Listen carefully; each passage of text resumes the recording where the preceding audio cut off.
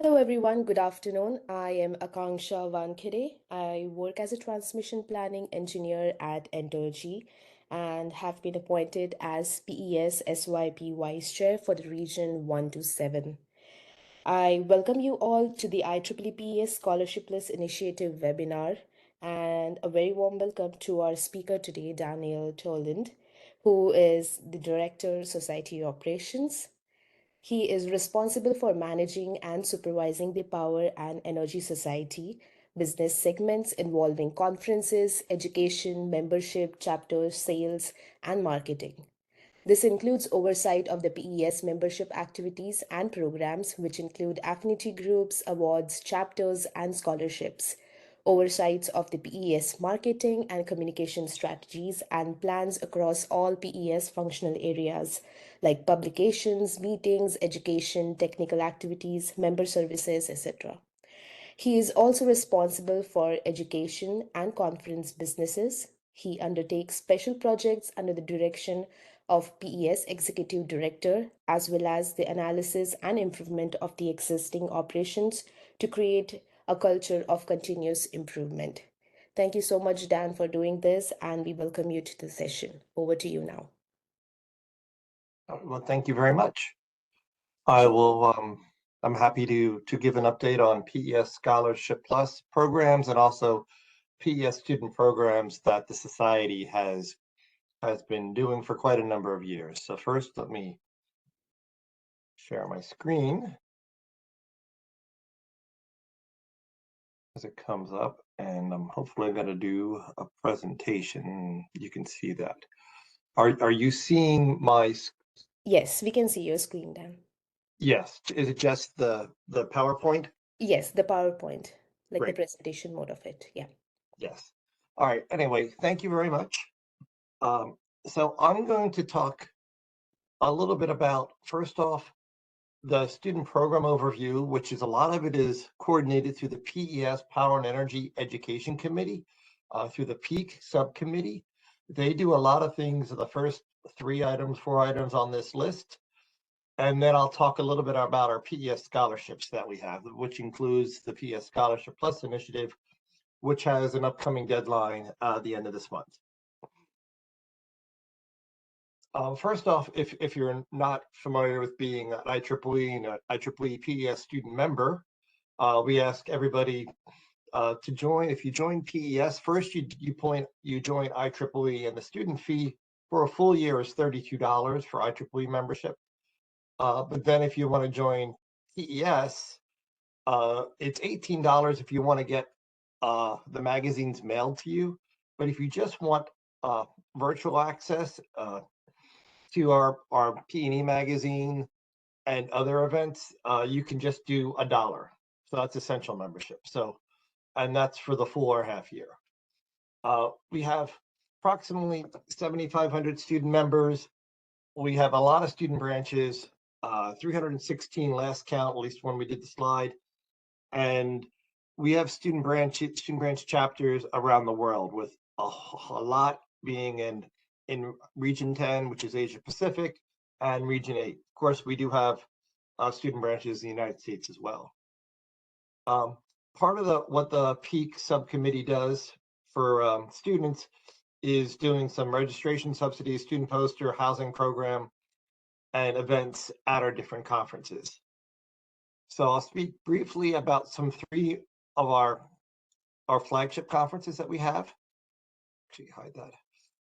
First off, we have the PES Transmission and Distribution Conference. That's held every other year. Next year, it's going to be held in Chicago, May. And we generally have we're shooting for probably 15,000 people. And the more attractive part of the program is that we have exhibitors there. So we probably will have close to 900 exhibitors, all in the power and energy area, transmission and distribution, and related areas, because the clients are also changing. So we're getting more non-traditional exhibitors at the event. But we do have a student program that will be associated with that program, with that conference. We're probably hoping for 200 to 275 students. So that's an opportunity for students to apply for a student housing contest program and or student poster contest. We have the PS general meeting, which is held every year, and the next time it is coming up very quickly. We were going to be in Austin in July, and so we generally have about 700 to 800 students there. And finally, one other event in which the PEEC committee supports is the North American Power Symposium. This is a smaller event. It's held annually. Again, as you can see, 150, 200 students, and it's going to be held in Storrs, Connecticut. And this one is a housing program, and they have a poster contest, I think, associated with that too, in which PES provides an opportunity for students to attend these events through these programs that I'll talk about. First, getting a little bit clear about T&D. As you said, as I said before, we have a program that's specific for students. Past years, we've talked about Power Your Career, Rock Your Profile by LinkedIn, meet and connect people that are in the industry. But one of the key things that we also have is students get an opportunity to tour the floor, and the exhibitors really look forward to meeting with the students that are there so they can have an opportunity to expand on what their products are, tell them about the companies. It's a very good opportunity for the students to learn about the industry and make connections in the industry. This is more pictures from T&D that are showing there. It's a very huge, it's going to be a huge floor. And again, another picture there, so should have. We also do sometimes have a scavenger hunt. At the event, we also have a young professional panel, the student poster contest, and the student housing contest program.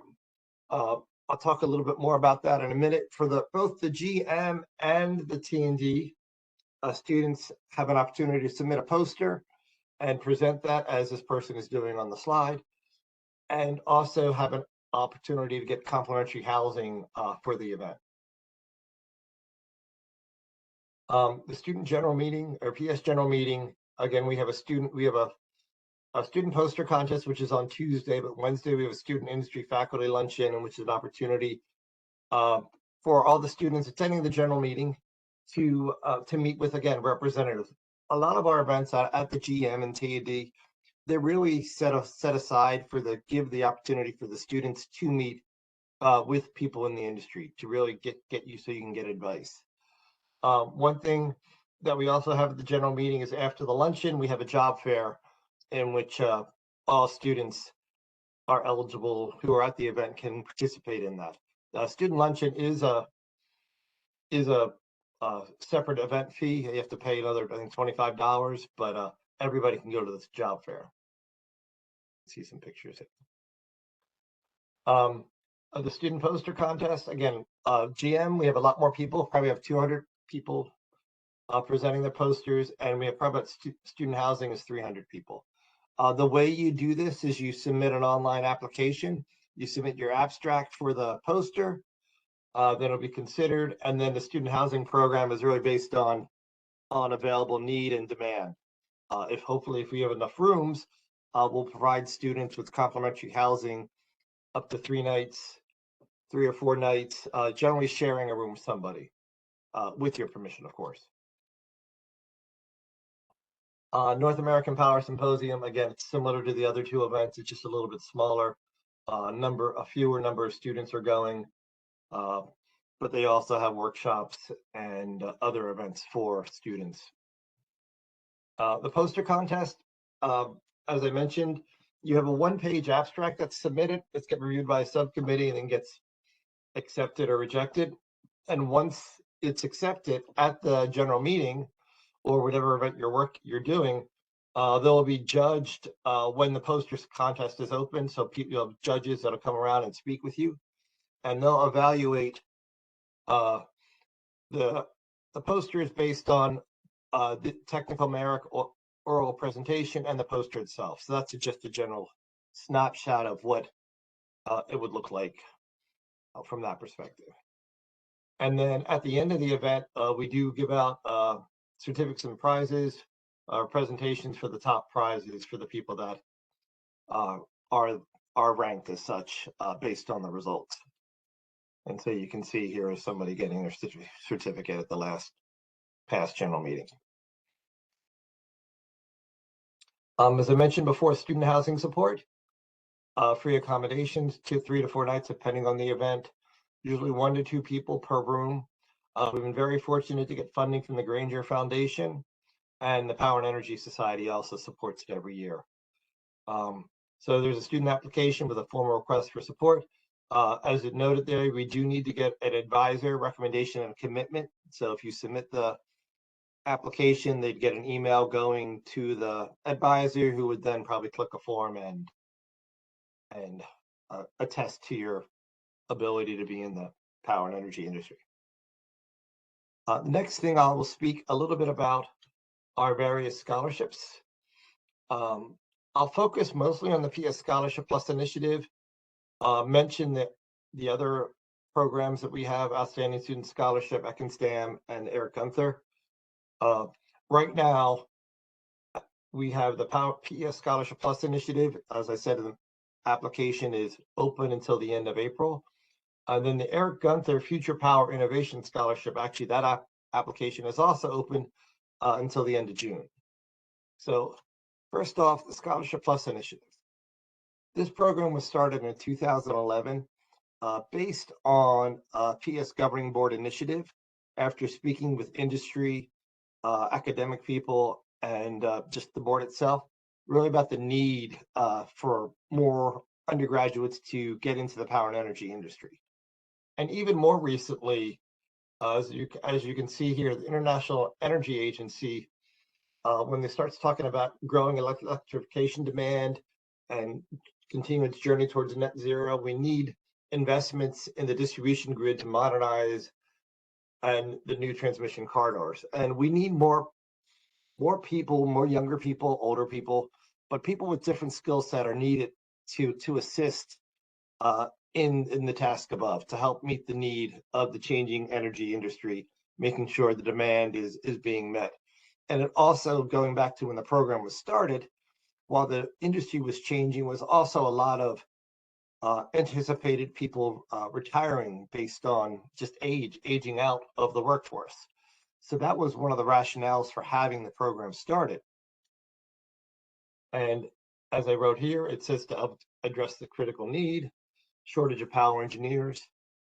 We give out scholarships to undergraduate students in Canada. We have programs in Canada, United States, Puerto Rico, India, and Italy are the countries that have had Scholarship Plus recipients identified in the past.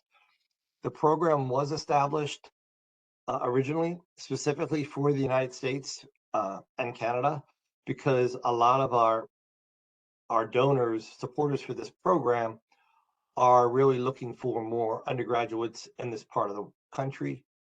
And unfortunately, they need people that are US citizens or permanent residents. That's why it's been limited in that regard. A quick highlight, as you can see, we've given out over 2,000 scholarships to over 1,200 students. The program has been very successful. A lot of the students are now working full-time in the industry.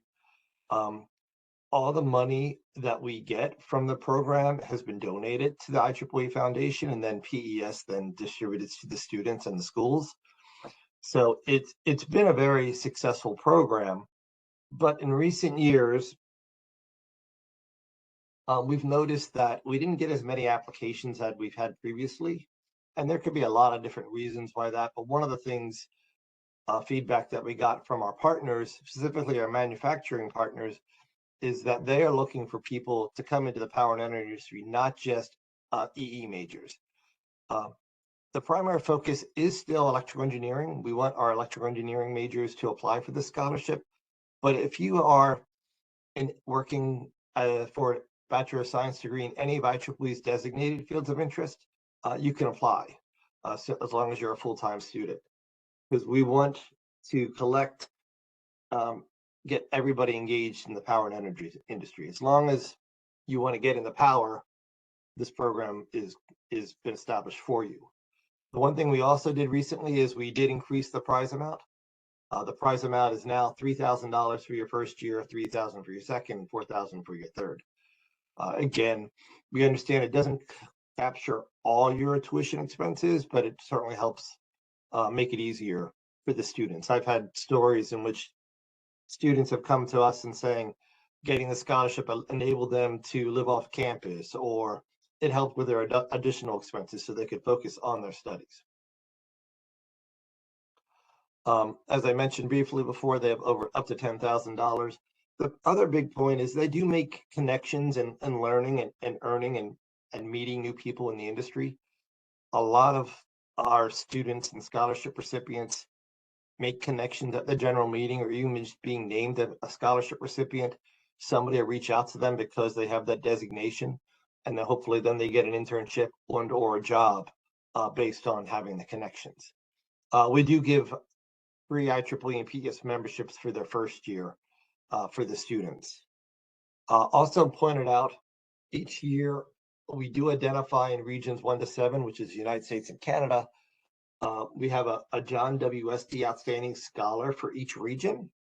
And so that's whoever's the top student in each region, they're eligible to get an additional $6,000 to support their education. So we have students that have gotten $9,000 or $10,000 a year if they were the top in their region. And we also provide them with some funding to attend the general meeting or the PST&D conference, so then they can meet and interact more with people in the industry. I referenced this before, but eligibility requirements, you do need to be a U.S. citizen or permanent resident and reside in the United States, Canada, or Puerto Rico. That is really based on the fact that a lot of the companies that were looking for students are in the utility industry, and they have requirements of their own that in which the employees must be U.S. citizen, permanent resident, reside in the U.S. So the program was established to meet those needs. Also, we want people to consider a career in electric power and energy. So you can get the scholarship for 2 years, and if you realize that power and energy isn't for you, that's fine. We're just trying to get more people exposed to the industry so that hopefully they can see the benefits and participate and continue to grow and join the industry itself. You also do need to be a full-time student at a university or college and a GPA of 3.0 or higher at the university. I'll talk a few slides here about the application because the deadline is coming up. Just so you know, we have simplified the application this year, kind of removed the question and reduced the number of words that required, or the maximum number of words required. But when you do apply, you need to provide your basics: contact, GPA, graduation year, unofficial transcript, and then we ask a few essay questions, but 150 word max. Previously, I think it was 250. So, but we want you to tell us about your top achievements, describe any career experience or internships, and why you're interested in engineering and your career goals. Where do you see yourself? We have those 3 essay type questions that everybody's asked to provide. If you're renewing, you can use similar responses that you did the previous year. It doesn't matter if it's something that you've already said earlier from a renewal perspective. We also want you to list at least 3 power and energy related courses that you have taken or plan to take. And if you don't have any specific power courses, traditional power courses at university, what courses do you have that are in the energy space itself? Because a lot of schools are adapting their curriculum to expand not beyond just the power and energy. Also, if you're not an electrical engineering major, in your own words, describe how your intended major and career aspirations are related to the power and energy field, so we can get you involved. All the Scholarship Plus applications are required to have at least 1, preferably 2 recommendations. We modified the process this year such that it is just they get an email and all they have to do is kind of complete a form. but this endorsement should be from somebody that you think feels that you would be a worthy recipient of the scholarship. Obviously, we prefer that it be from a professional acquaintance, college professor, somebody you works with at an internship, but usually we do not want it from friends or family. We want somebody to be hopefully impartial and just based on your technical expertise. As I noted there, you could also reach out to your professors, student branch advisors, anybody who's doing a renewal application. It'd be good if you had somebody who was familiar with the work as part of your internship and career. As you move forward in the application, you'll be asked to fill out a form, which basically gives their name and email, and then you would click on a button that says send now, and they'll get a message there from the IEEE PES Awards program. We ask that you do reach out to the people that you're asking to serve as a reference beforehand, so they know that and can expect a letter to come to them through email. The references, as I mentioned, it's kind of an online form. They get a link and they just click on it, and then they'll be asked to rate the candidates in the following 4 areas: academic performance and technical skills, passion for power and energy engineering, leadership, innovation, and community involvement, and suitability for the program. It's a very quick and easy process for the references. Previously, the references were asked to write a letter and upload a PDF to the application. We're thinking that this will be a much smoother process for them. The references still do have an opportunity to add in their own words. There's a paragraph on why they feel you would be a good candidate for the scholarship. Next, just a high level idea of how many students have gotten the scholarship. Last year, 84 students, 58 universities across US, Canada, and Puerto Rico. We were very fortunate. The Khodaei Family Foundation has provided us with funding, as has G&W Electric, the family of Anne Marie Sahizians, John and Joanne McDonald, ISN New England, and S&C Electric has also provided funding for the program. This is just a high level of where number of applications we gave out last year. Hopefully this year we'll be able to double that based on funding available. And again, this is more information just to give you an idea of how many scholarships we've given out each year. 230 was the peak in 2016. 2021 was the lowest. COVID did have an effect on getting the awareness about the program and getting people to apply.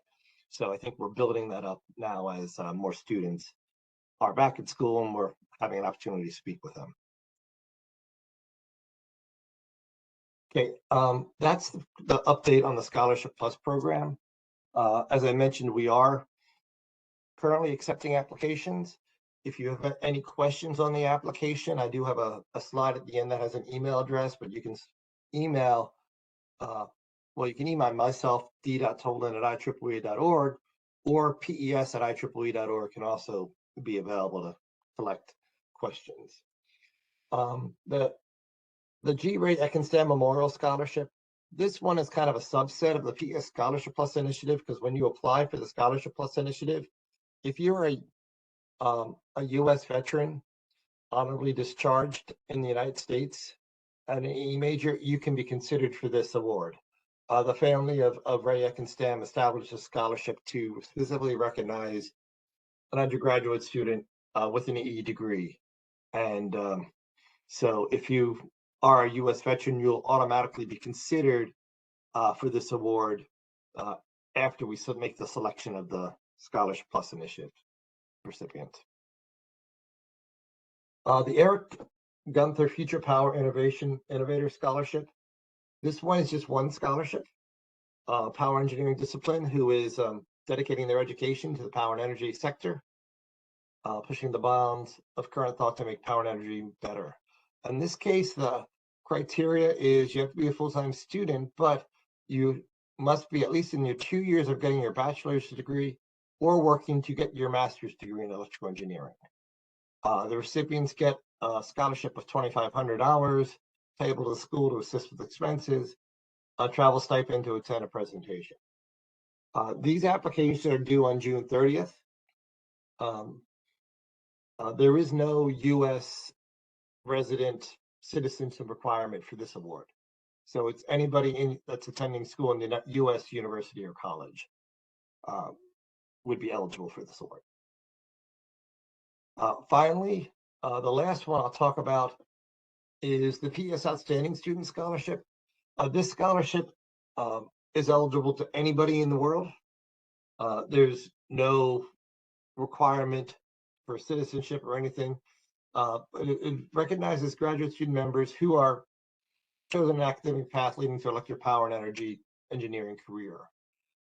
In this case, you have to be nominated by a senior member or fellow, and you must be going for your master's as well. We do provide up to $10,000 can be provided to the recipients, and we also assist them in traveling to attend a PES conference within their region. As I mentioned, the deadline for this award is January 31st, so we've passed it this year. The PES Power and Energy Education Committee is looking to modify this award. So I think as we move forward with this award in 2026, we most likely will probably change it such that it might not be nomination only. You might have an opportunity to apply. Or we also might change the criteria such that a PhD student can apply as well. But at this point, there's no action for anybody on the program on this call. You just have to be aware of it, and we will be opening nominations later this year for this award. And that is my last slide for the discussion or comments.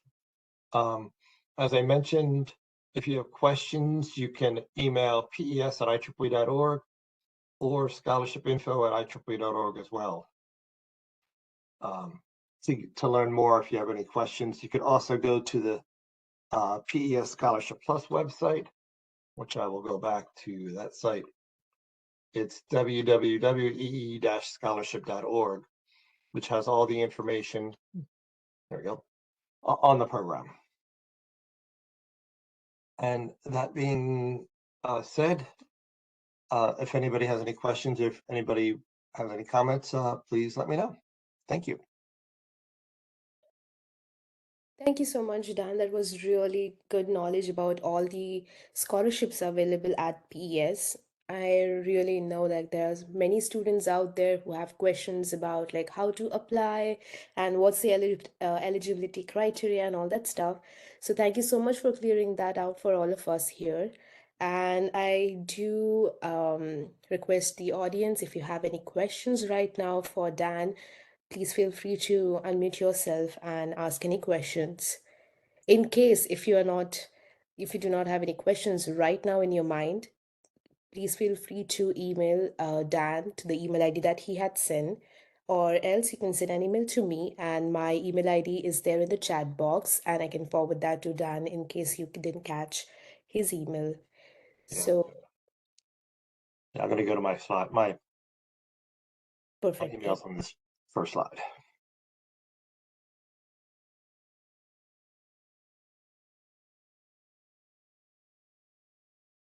And also, I would like to take an opportunity right now to even declare open call for PES SYP Region 1 to 7. We have many open positions, and if you think you're interested in being on the team, please feel free to email me and we will talk through there.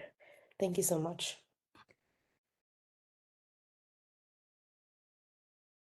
I'll give you a couple more minutes to ask any questions if you would have.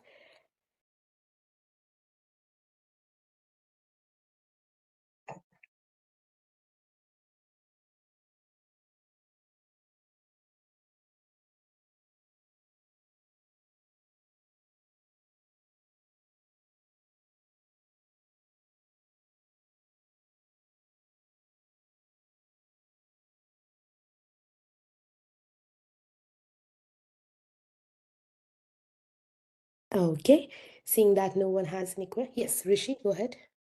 Yeah, thank you, Dan, for a nice session, and it's really very glad to see a lot of opportunities and and underneath this PES, and especially in BP education side, I can say. So I just have a query regarding the IEEE PES Outstanding Student Scholarship. So there are many questionnaires, and under that, like mostly it's all about the technical like achievements in terms of publications, poster presentations, and second majority the questions are covering is all about the volunteering experience. So how the evaluation criteria, what is the weightage? Is there any specific scoring rubrics for that? And like I just want to take an advantage, like is it like how much is the weightage vary, and so that the people who are planning a year ahead for this scholarship, they can plan their profile and things accordingly.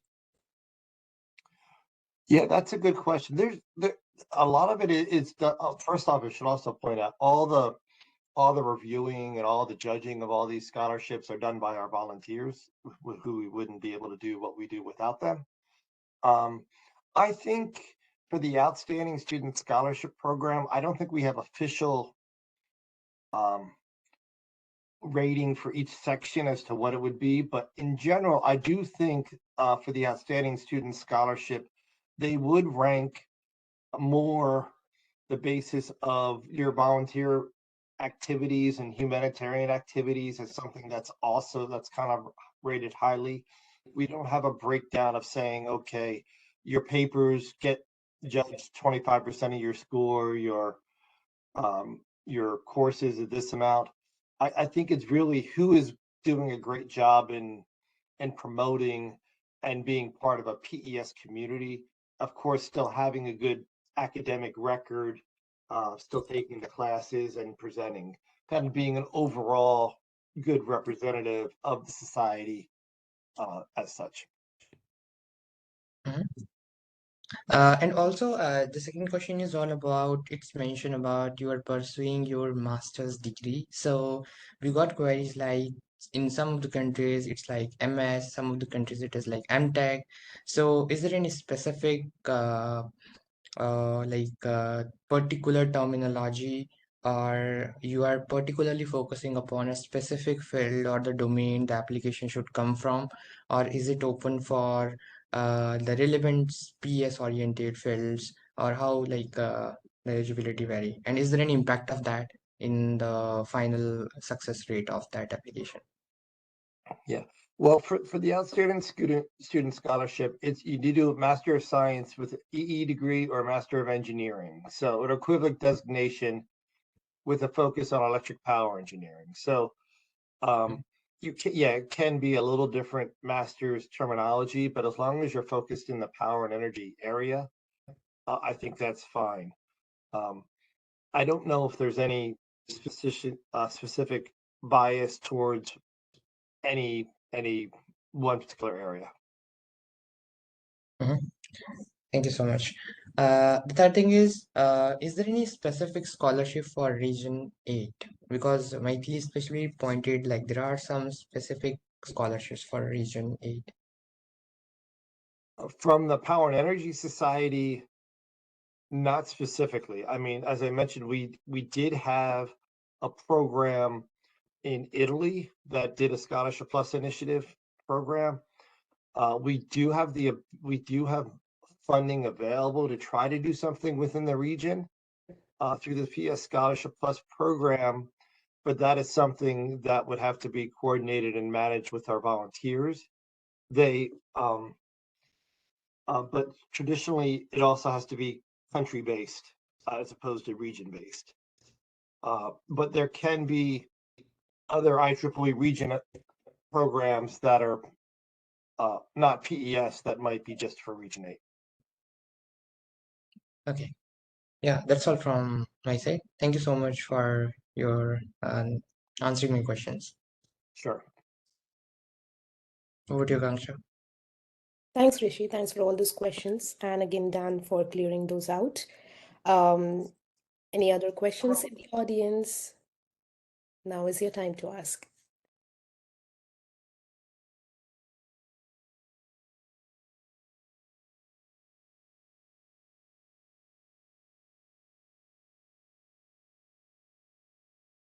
I also had a question, Dan, from my side. Um, I remember you mentioned about sponsoring students with grants for conferences.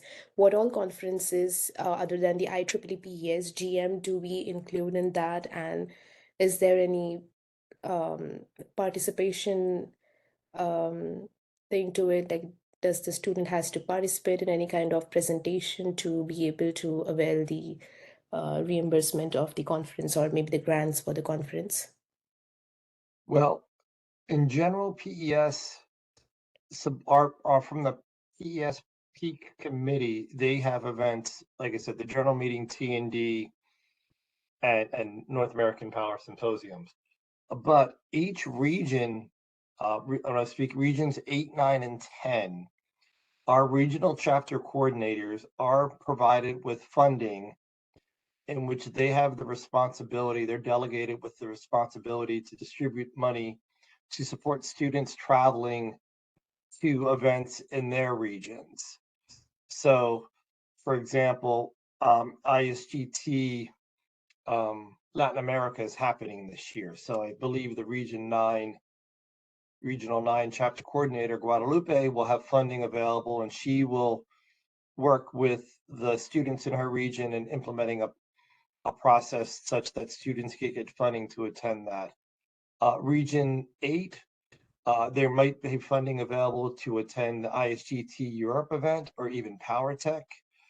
These things are done coordinated through the regional coordinator for each region. The same thing for Region 10, in which there's money available for students to attend conferences in the region itself. So we have GTT Asia coming up this year. We've got ISGT Asia and a few other events in Region 10, in which the regional chapter coordinator will be coordinating that and managing that. The money does come from PES, but it's all coordinated through the regional representatives. Okay, perfect. That sounds absolutely awesome, Dan. Thank you so much. I really appreciate that. And I think with that, we do not have any more questions coming from the audiences. I'm sure they would have some questions after the webinar is done. So please feel free to send me an email. My email ID is in the chat box. And you can also side by side apply for any of the positions at PES SYP from region 1 to 7 if you're interested. And I really appreciate your time, Dan. This really means a lot to every one of us, especially all the students who are looking forward to apply for this scholarship. And everyone else who have joined on this call, really appreciate your time and would like to give you back your 15 minutes. Thank you so much.